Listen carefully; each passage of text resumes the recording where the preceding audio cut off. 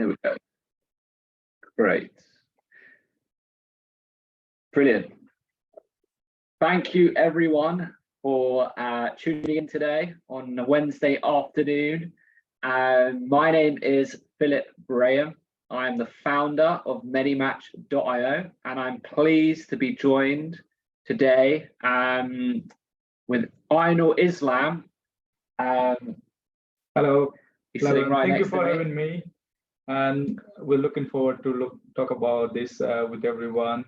We're still people who are connecting, so we might wait for another minute maybe. Yeah, people are still connecting, and people will join during the presentation as well. So we'll let people join during the presentation.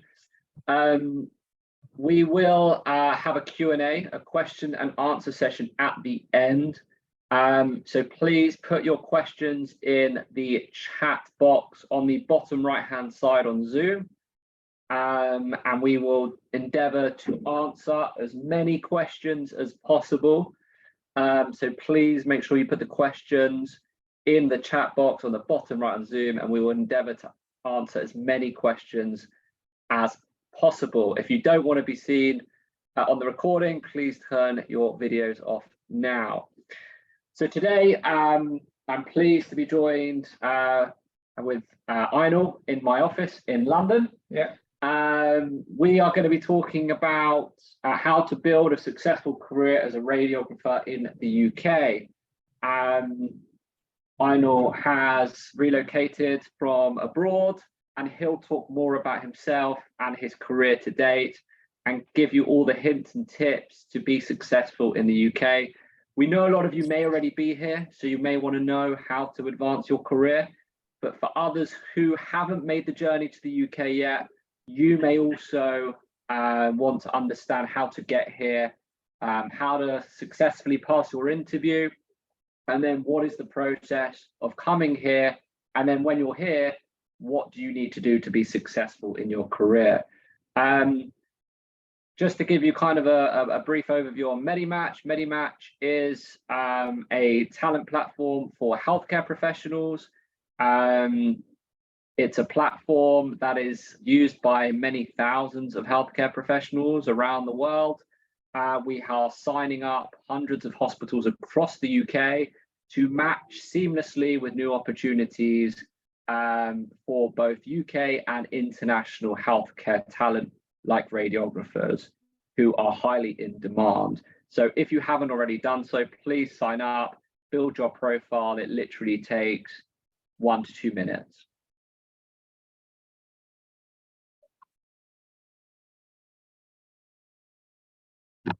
So Ainul, you've obviously had a great journey in radiography. So far, so good.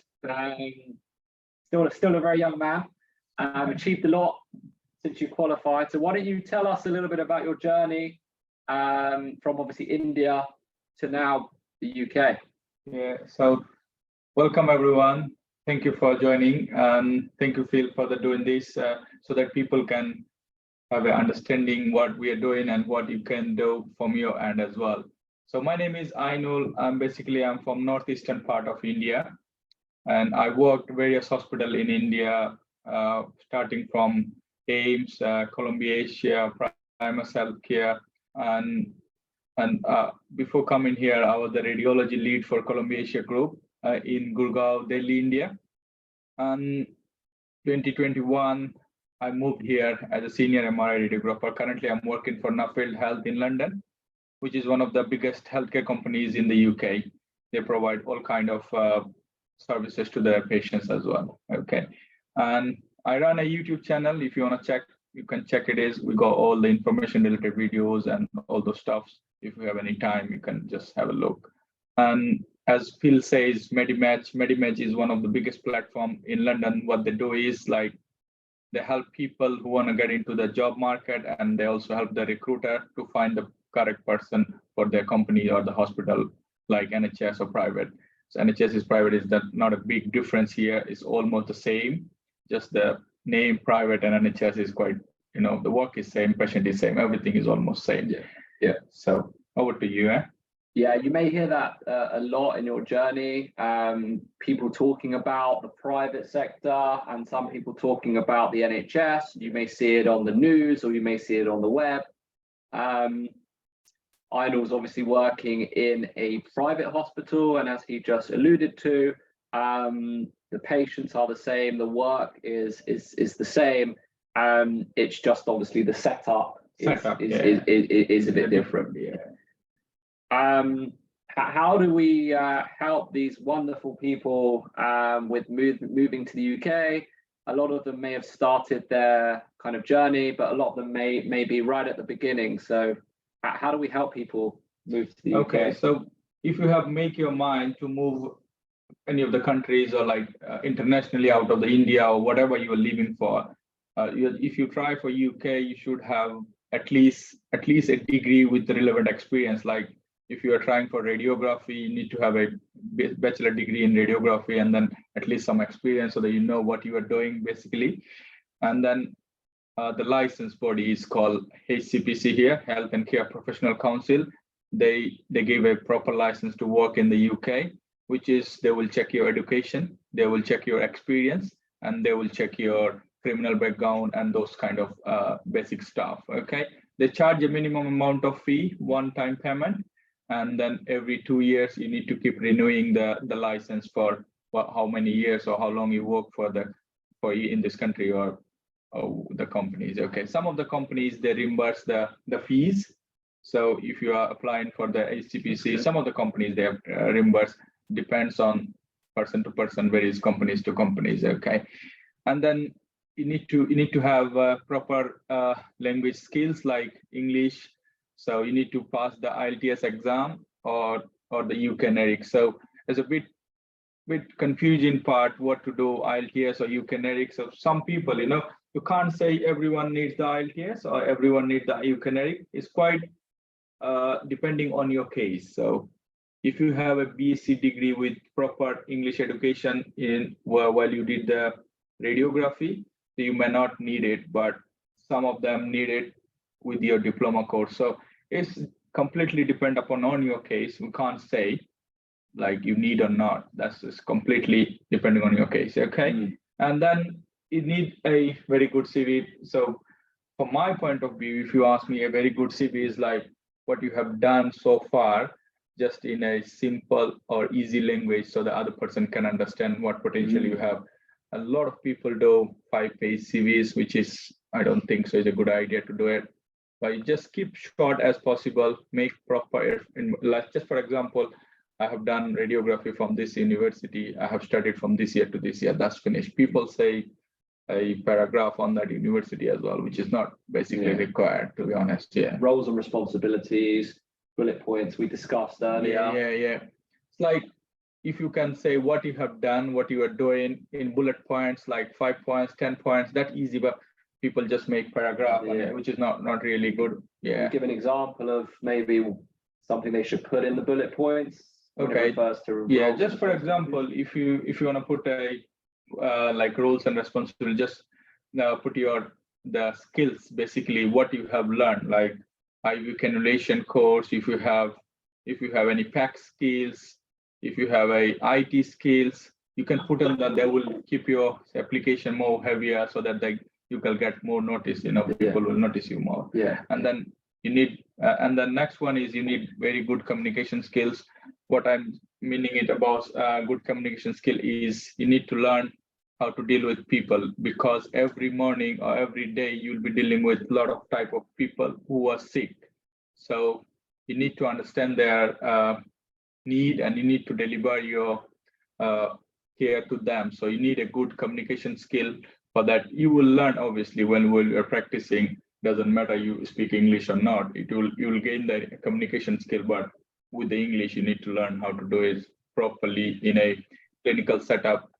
It's really important from my point of view, at least. Yeah, that's really important. And obviously when you have the interview in the UK, which we'll talk about in a minute, they will not just be assessing you on your skills, but also communication and good communication with your interviewer is really important, isn't it? And the real-time scenarios, like what we can do in sudden incidents, what we suddenly happens, which is not expected. So there's a lot of questions they ask. We will discuss on the later on. Okay. Yeah. Let's go back to one point just to kind of summarize. How long does the HCPC registration usually take? Okay. So it's very quick nowadays, to be honest. If you all the paperwork and you are really dedicated and you know all the process, it will take hardly 5 weeks. Okay, cool. Before it was long, now they did it online, so you can do it everything online. Yeah. Before it was manual, so 4 weeks to, I'll say 4 to 6 weeks. Okay, that's brilliant. And then we go on to the IELTS or NARIC. That's for the visa. You know, yes, that's really important that we you know, when you're applying, if you're applying from outside of Europe and you need a skilled worker visa, you will need to have proof of English language. So either with the IELTS or the NARIC, it's important to have these available before you apply for your visa. A good CV, just to summarize, putting in your dates, putting in where you work, putting in where the level you're working, radiographer or maybe senior radiographer or manager, and then bullet points on what you do and your roles and responsibilities. And of course, in radiography, the modalities as well. You know, CT, MRI. You just need to say what you are doing, basically. Yeah. Okay. And of course, good communication skills. How to apply for a new job. You can obviously, of course, as we said, register on manymatch.io and make your profile 100%. And then you can start matching with new opportunities. And then part of what we do as a platform is we will help prepare people for their interviews, so they are aware of the typical questions that will be asked. For a lot of people in this webinar, it will be their first interview. It is quite scary, it's quite daunting. So it's really important that people have at least some form of preparation. What are the type of questions that the individuals, the radiographers, might be asked in their first interview before they come? Very good topic to know. You know, obviously you need to know your core competence, like if you are doing for MRI or CT scan, whatever. If you are a radiographer, you need to know your core competence. Apart from your core competence, the interviewer may ask you some real-time scenario. Just for example, if you are running half an hour behind, how are you going to deal the situation? Just for some technical error or something happened, you are running half an hour behind your appointments. Because in the UK, everyone have an appointment system for each and every scans, starting from the X-ray, from the MRI, PET CT, everything has an appointment system. So you need to deal with those conditions. They will ask you how you're going to manage the situation if you're running half an hour behind the schedule. So a classic example or classic answer would be like, if you are really running half an hour behind, to be honest, you need to catch up. Like what I do is I try to minimize some scans so that we can catch up the time, and we do inform the patient as well. And like, just for whatever reason, we give a legitimate reason to the patient that we are really sorry we're running behind in that situation. If you really want to have another date, we are open to it. But if you want to wait for 20 or half an hour, we're gonna see you soon.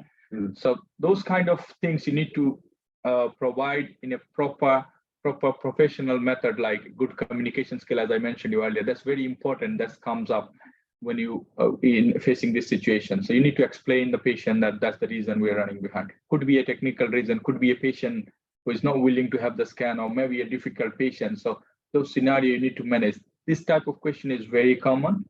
Another type of common questions is like, just most of the interview I have seen a lot of people ask, like, if one of your colleague get argumentative with you, how are you gonna deal that, and how are you gonna face the situation?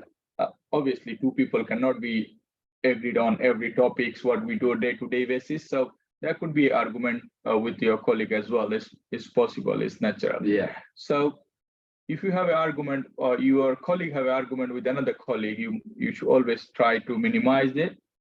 That's the classic example. Try to minimize it, report your lead, and ask them or remind them the company policy about arguments or kind of stuff. Like a lot of hospitals, they don't want to you get into a trouble or argument like this. They need to remind their policies, inform your lead, and try to minimize the argument, or try to help your colleague if they need you any help, any kind of help apart from your professional field. So that's kind of stuff they ask you. They basically they want to learn how you're going to react on some situation which is not daily to basis happens on your radiography practice, because they knows how you scan. You can easily do a performance scan. A lot of scanners are so productive, you don't need to do anything. Some of the machines are so productive, they do themselves. You just need to keep monitoring on them. So they want you better understanding about other stuff apart from your core competency. Cool. Just from my experience, having worked with thousands of healthcare professionals globally, they will also ask you to tell us about yourself very early on in the interview. So talking through your CV, what you do on a day-to-day basis, talk us through that. They may ask you, what do you know about the hospital, where you potentially are going to work? So make sure you do your research on the hospital that you are interviewing for. Make sure you look at the values, make sure you understand what they do, what type of patients they treat, where they're situated. Some people interview and don't even know where the hospital is. So you need to know where the hospital is in the UK, whether it's in Manchester or Birmingham or Leeds, because the interviewer wants to know that you have done your research and you're not just turning up on the day and you don't know where it is. Some of what Ainul was saying was a lot of the kind of the scenarios. They'll take you through scenarios. They're very important. They're really looking for good answers. And then the last part is whether you have any questions. So make sure that you have questions at the end. Some typical questions would be, what does a day-to-day look like in the hospital? What is the career progression like in this hospital? What's expected of me is another good one. And tell me how you, the interviewer, have built your career as well. So ask the interviewers as well how they have been successful and how they've built a successful career in the UK. And then hopefully you're successful and you pass the interview, and then the hospital recruitment team will get back in touch with you to let you know that you were successful. You should then receive your offer letter to the job in your email, and then you'll need to obviously apply for the visas and clearance into the UK. And then obviously the exciting stuff of moving here like you did, and you can see on Ainul's blog, you'll see all of his videos. He'll take you around his house and all of the fun stuff about moving to the UK. What to consider? You've moved here. You've obviously moved to London. UK is obviously a big place. It's near enough 70 million people living in the UK. England, Wales, Scotland, Northern Ireland. So how do the people know what's a good place in terms of location? So, to be honest, if anyone trying to move here, they need to understand their circumstances. They want to live in a big city, big cosmopolitan city, or they want to just live in a small, quiet, peaceful town, having all the facilities. So it depends up to you what you want to do it with that. But I would prefer to stay in a big city, but it's my personal opinion. So that's why I choose London. And it's if you are living in the London, you don't need to worry about anything. You got every access and every transport or everything quite so easily accessible. But sometimes you are living maybe in a remote or a small towns out of the country, countryside, you might need to drive, or you will get buses, or quite not like the London. So when you choose your location, it's up to you why you want to look at it. So be very careful when you're looking at. So like those are the advantage and disadvantage as briefly said. But obviously, if you live in a big city, there's a lot of advantages, a lot of disadvantages there. Everyone knows it, but we don't need to say again. But it's just up to you. And then that another thing is that the good salary. So I have seen people, they agreed with the low salaries sometimes. Maybe I don't know why, but if you try with Medimatch, they're always on the top of the scales. They provide the top of the like whatever like band 6, they put you on the top level of the band 6. If you're trying for band 5, they'll put you on the top 5 of the band 5. So is having a good salary, negotiating for a good salary is always good. I don't see any harm on it, but people don't like sometimes, oh, I don't want to negotiate with that. Negotiate, please negotiate. Yeah, the interviewer also want to negotiate with you. Please negotiate. So just negotiate for a good salary when you are applying. Yeah. It's no harm on it. And yeah, but be careful that you don't kind of push too high. Yeah, you know? obviously. Yeah. But negotiation, that means you need to know their budget. So if anyone is like they're looking for 35,000 pounds for a year, or you ask for 55 pounds, they're not gonna do that. Yeah. Obviously, but you need to push your level, negotiate what you best you can do. Sure. Okay, and then you go choose mobile role or static role. So a lot of people might don't know what is mobile and static roles. So the mobile role is a lot of the hospitals in the UK, they have mobile MRI scanner, so it goes place to place. So if you one of the mobile scanner radiographer, they will provide you a car, and you need to know how to drive as well. So you need to drive places. So they will give you an area like a 50 miles area, and you need to go places and do scanning. Hardly they got three days working. So 4 days you will be doing nothing. 3 days you'll be going 3 different sites, or sometimes in a month in a single site. It's depend upon the site they're working with, but its mobile role is kind of like this. And the static role is like the India we do in India or other countries. Like there's no mobile, staying in one place. They got all the facility in a single in-house building, and they provide the care to the patient. That's the static role. So some people like really like the mobile role. Some people like the static role. I personally prefer static role. So you can choose whatever you want. Both have their own disadvantage. Both have an advantage. Like mobile role, you have more time for yourself, but you need to travel. But static roles, you might need to work 3 days or 4 days, or sometimes 5 days, but you don't need to go places. You can do in one place, and every day it will be like a practice. But mobile, you need to go different places. Obviously, you will got all the expenses, everything by the company. Obviously, yeah. Static is what Ainul was saying is he works in a hospital. Yeah. With all the facilities, mobile could be. They bring the scanner, the MRI facility to the hospital. It tends to be out, like in a car park. Yeah, just to help them with the backlog. Some people having more waiting in the MRI, so they just rent one for a month or 2 weeks like this. Yeah. There are a lot of companies, private companies in the UK that will offer mobile roles. So make sure, again, when we talk about who you're interviewing with, make sure you look up whether they're offering you a mobile or a static role. And obviously the location's important, and ask whether you need to be traveling. Because like Ainul said, that if it's mobile, they may ask you to cover 2 or 3 sites. Yeah. But if you're in static, you are working and employed by that hospital in particular. We touched on private and NHS. This is a question that comes up quite a lot with people that have never worked in the UK, is like, how do they know whether to go with private or NHS? I think you alluded to the fact that in terms of kind of patients and... To be honest, it's no difference from my point of view. The who person was coming from, like, just for example, if you're coming from the India, so we got a very good understanding about the government job is secure, more benefits kind of stuff. But if you compare here in the UK, private and NHS, benefit wise is everything is same, maybe 1.5% difference.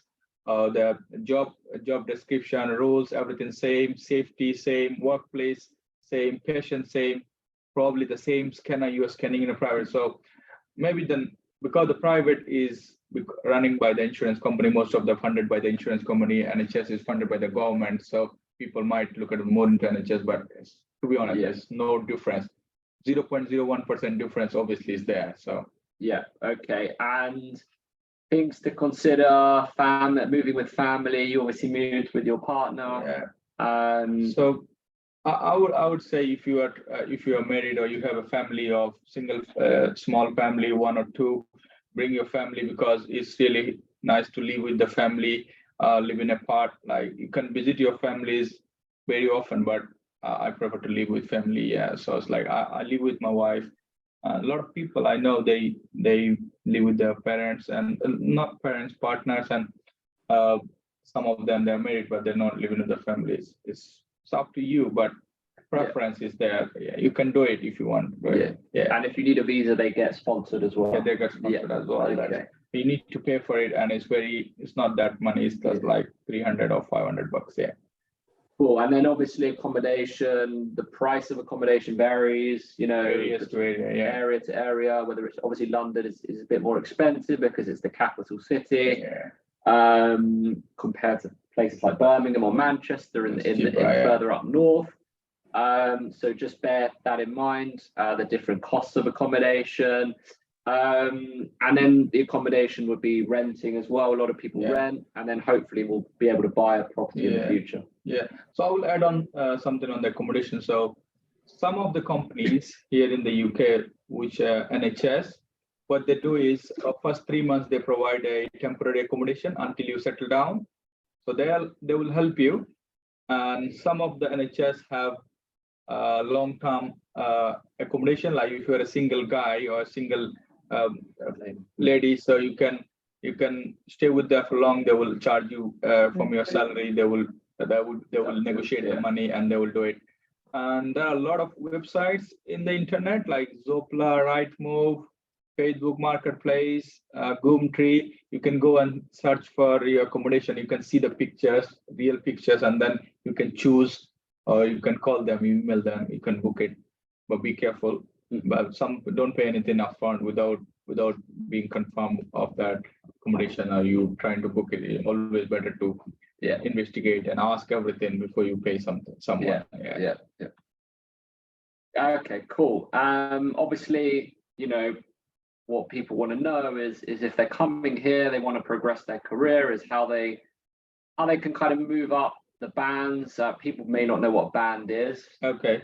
So I will explain the bands here. So if you are starting as a radiographer here, so you did your degree, now you are a radiographer, you got the license, you got your degree, so you're starting as a band 5. So band 5, the duration is first 3 years after you graduate.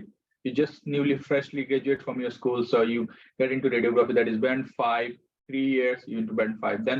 Then comes band 6. The most of the radiographer in the UK, they work for band 6.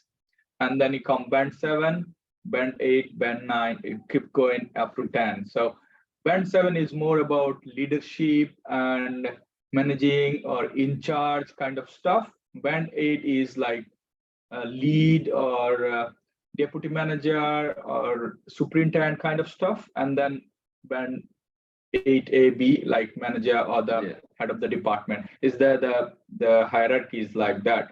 But the most of the people works here is band 6. Band 6 is with 3 to 4 years of experience after you qualified. And the salary range is kind of like 35, 37, kind of you will get average salary. I'm talking about the average 35 to 37 is the band 7. But the band 5, obviously you are starting those. So there will be a less salary compared to band 6 and band 7 because you're learning stuff. You're just new. So no one gonna pay with that higher when you are in band 5. But it's very easy to move one band to another band, maybe in 2 years, because in the top, like they got shortage of people in the top. So they push, when you learn thing, they automatically push you up. Cool. And then kind of how do people determine, how do they kind of work out what they want to be doing here when it comes to kind of the modalities, like what job should they be looking at, like talk through the different, like obviously we're in MRI. Is it kind of just in MRI, or could you do other modalities? Okay, you can choose basically, like if you want to do only MRI. Nowadays I only do MRI. So before in India I used to do everything. So you can choose whatever you want, and they will give you a full flexibility about choosing. Okay, so I said I just want to do mammography. I don't want to do anything else. So you will be dedicated mammography, but you need to understand about the department need. If they have a small department, they can't maybe, but if you're in a bigger hospital, they can easily give you a flexibility to do a single modality, or if you want to do all of them, it's up to you, you can choose, and they have full flexibility, but depends upon the hospital. Obviously, if you go for a small clinic, they can't give you that. You need to look at those tiny things. Yeah. Okay, and reporting radiographer positions. That's a very interesting one. In India that we just started this one, but in the UK, you will be surprised listening that radiographers can report the X-ray, CT scan, and MRI, but you need certain qualifications. So if you can self-fund your study, or some of the NHS will fund you, or some of the private companies, even though they fund you to do the degree or the master's in reporting. So if you have a certain qualification with that, you can report some sort of scans, not everything, some sort of scans, and then you will be a reporting radiographer. So reporting radiographer is, you will be top in the market, to be honest. Top in the market, you will be like band 9 or band 9C. You'll be earning around 80,000 or 90,000 a year. So it's one of the biggest thing I think that the radiographer should consider. If you're moving here, you should go for it, the course. Even if you don't find fund, just try to do it from yourself as well. That's really helpful if you want to grow in your future. Cool. And then outside of kind of like day to day,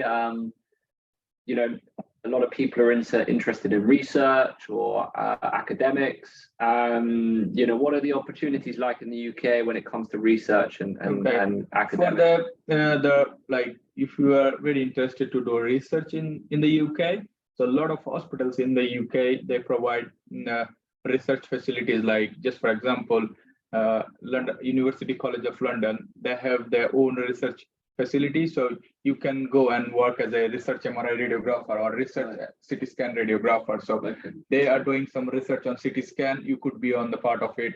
So you need to apply for it. You need to prove yourself that you're really interested on it. You sometimes they ask for experience. Sometimes they will take you without experience as well if you can impress them.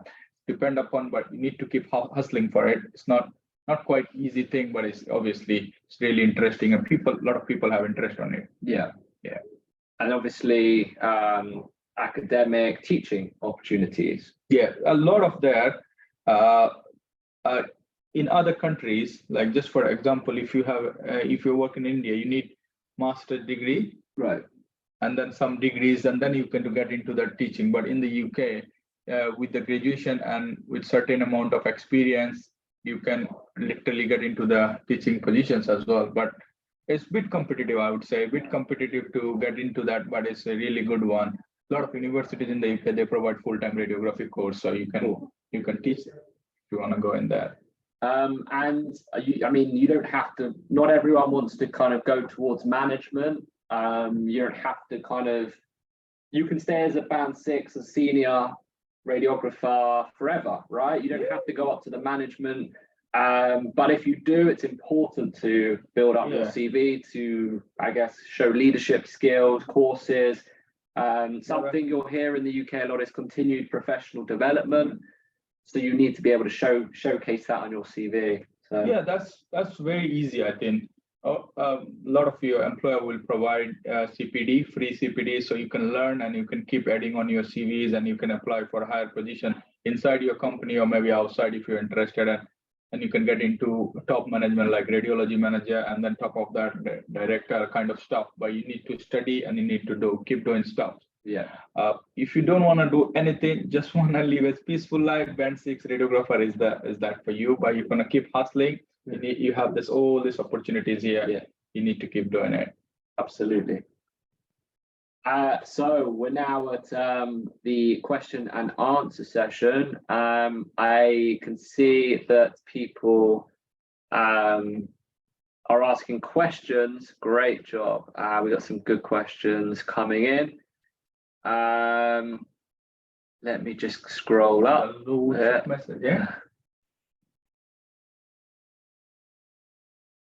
Okay, right. So first question is, I've just got a question here. I know you're going to have to answer this. If I've just got into radiography in my home country, should I gain more experience here, so in their country, or can I get a job in the UK at entry level already with the minimal experience? Okay, it's a very tricky one to say. To be honest, if you want to try for UK, I would say just learn what you are trying to do, and at least you have minimum experience, like 1 year, 1.5 year. A lot of things to develop. You know, when we go to the university or learn stuff, and when we do the practical stuff by our hands, it's quite different. Yeah. So I think the more practical experience is required when you're getting into a different country outside your home country. So just gain some experience. Obviously, yes, you can get jobs with minimum experience here, but better to have some experience before coming here. Yeah. What would you say, like when you came here and from India, because a lot of people in the webinar will come from abroad, is when you came here, what were the main differences you saw from India compared to the UK? Okay.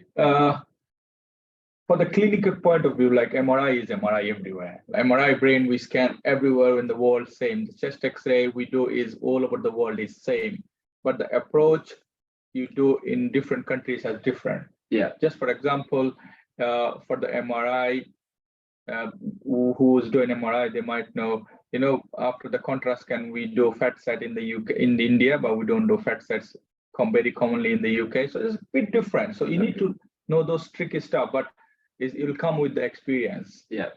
Yeah. And those little things, you can't come here and you can't compare them. Freshly, if you come here, it's very tough to get freshly as well, but you can get easily fresh when you are qualified from the India as well, or home country. But there are something I might say, get into practical, at least gain some experience before moving here. Cool. Thanks, Alal. Please include about therapeutic radiographers as well. You're obviously a diagnostic. I'm a diagnostic radiographer. What can we talk about therapeutic radiographers? I would say the registration process and the things we explain is almost same. The job market for the radiotherapy, as far as I know, you recruit for radiotherapy as well, right? So MediMed also do radiotherapy. So you can go from band 6, band 5, band 6, band 7 in radiography. Radiography, therapeutic and diagnostic is more about same, is like nothing different. But radiotherapist in the UK is in top demand as well. So yeah. You should give it a try if you really want to come here. Yeah. Exactly. Does the gender play any role in selection of the job? No, I don't think so.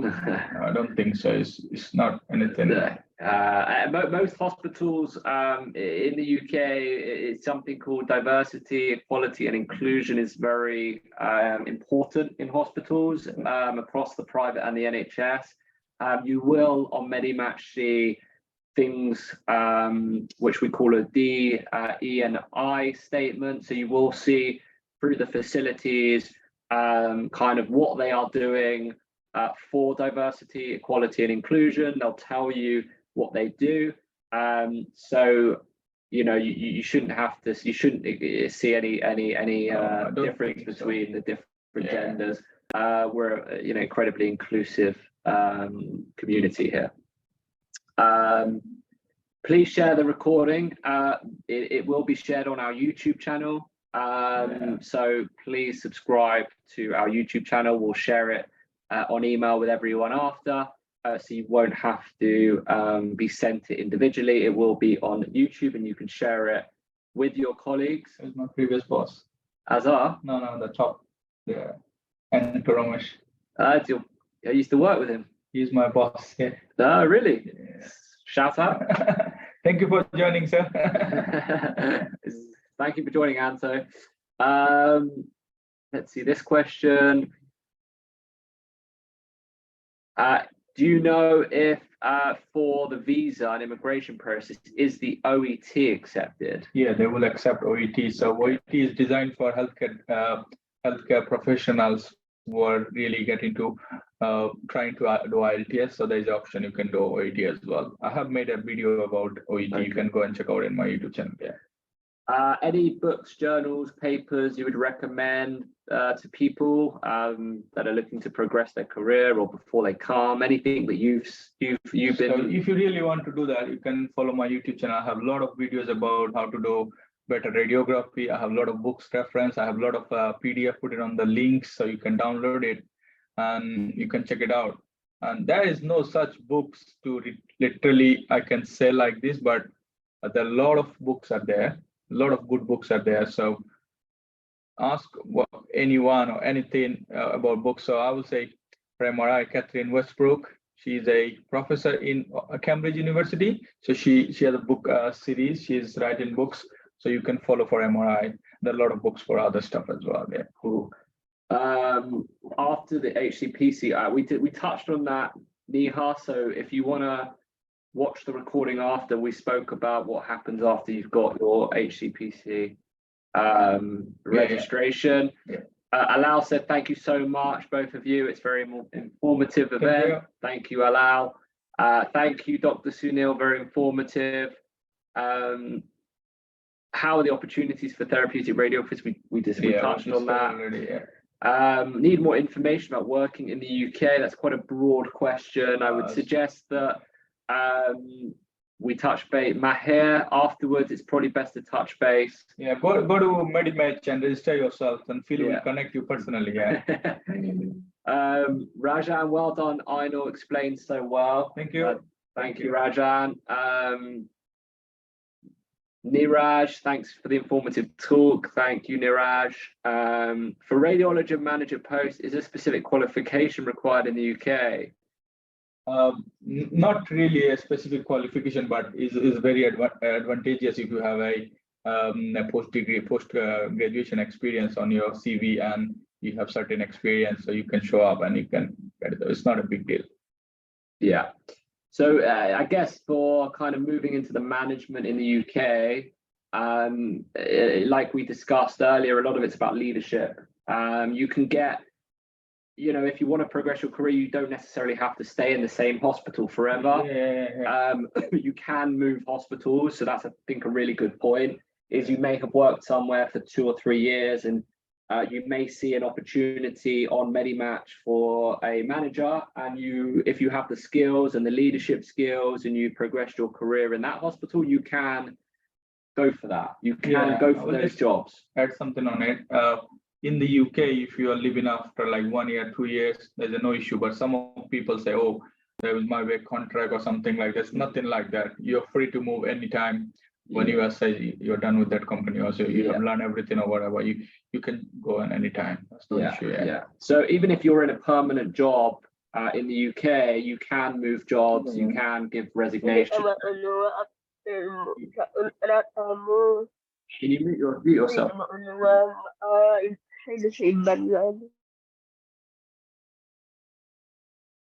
Mute. Bijou, I have more than 15 years in MRI. Awesome, Bijou. Keep up the good work. If you're looking to move to the UK with HCPC registration, sign up. Alal, thank you so much for answering my question. Awesome, Alal. Thanks for joining. Good question. Does MediMatch recruit physios? Not at the moment. Your wife is a physio. So maybe we can connect Rajan with your wife. If Rajan wants to know more, because I guess your wife has moved here. Can I work as a radiographer if I'll be my mum dependent as my visa? Can I work as a radiographer if I'll be my mum dependent as my visa? I think maybe the question you have registered with HCPC, I think yes. I'm not sure. Did you understand? I'm not quite sure on that question. Mom dependent. Maybe bring her mum as a dependent. No, you can't. That's a difficult one. But if you have registered in the UK and if you're registered with the HCPC and you are in the UK, you can work, but don't know about the mom dependency yet. I would probably say we're not immigration experts. You'd have to check that out with probably a legal entity. Azar Mohammed, thanks, no problem. Divakar, keep the good work doing, Ainul. Thank you. Lots of positivity. Teaching opportunities, direct teaching opportunities. I'd probably say get here first. Yeah. So for the teaching is a bit competitive, but if you have really good skills on teaching and you have certain qualification, you have experience, you can go through. But you need to learn how the teaching in the India and here is completely different. So you need to just come over here and learn some, and then you can get into teaching as well. A lot of people switch. That doesn't make any difference. Yeah, absolutely. I guess in the UK we have a saying: "Don't run before you can walk." You know, come here first, get to know the UK system and how it works, and then start networking. That's very key. Very key to network. Very key to speak to your managers, to speak to your leaders. Go to events. And start understanding how things work here, because it's a big system and there's lots of things happening every single day in the UK. Rashid, thank you, sir, for this wonderful session. Abani, thank you, sir. Your information is motivation for our knowledge. Wow. Himanshu, thank you.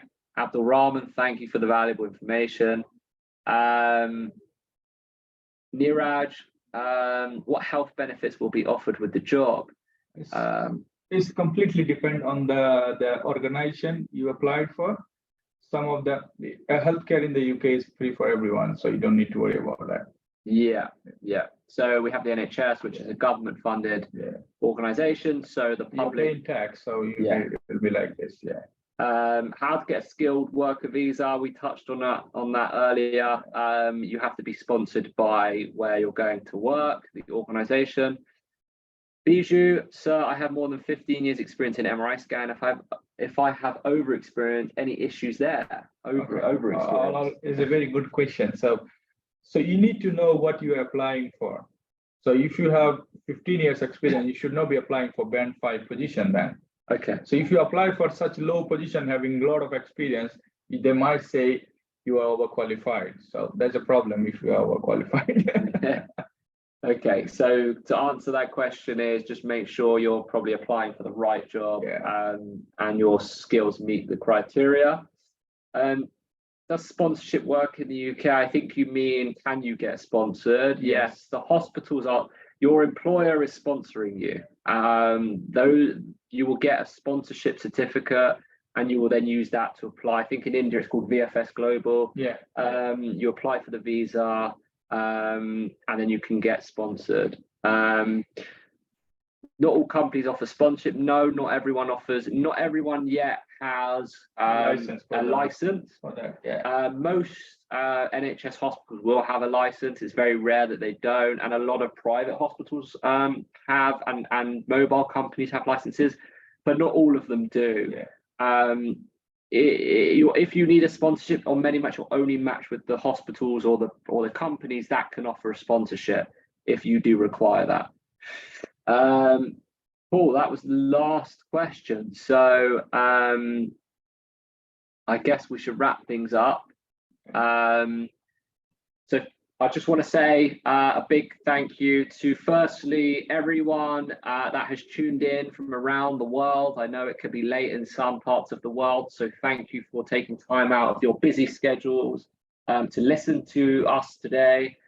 Thank you for tuning in. Thank you for the awesome questions as well. Please give yourself a round of applause. And also please give a round of applause to Ainul for taking time out of his very busy schedule with his working commitments, with his YouTube commitments, with his speaking commitments. So I'm very grateful to have Ainul with us here today. Thank you to our wonderful healthcare community for helping MediMatch grow and spreading the word and spreading the love.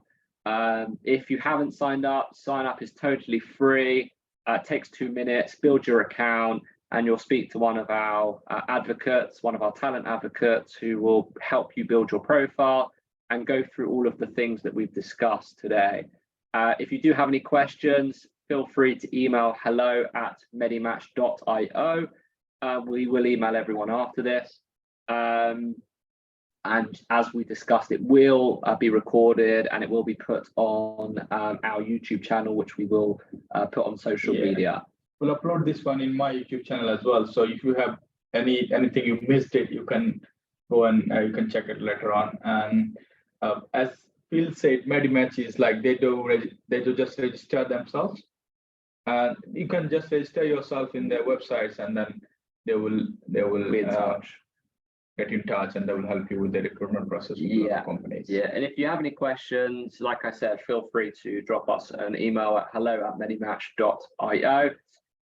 But yeah, thank you everyone. We're now going to close the meeting, but thank you so much. Thank you guys. Bye. Bye everyone.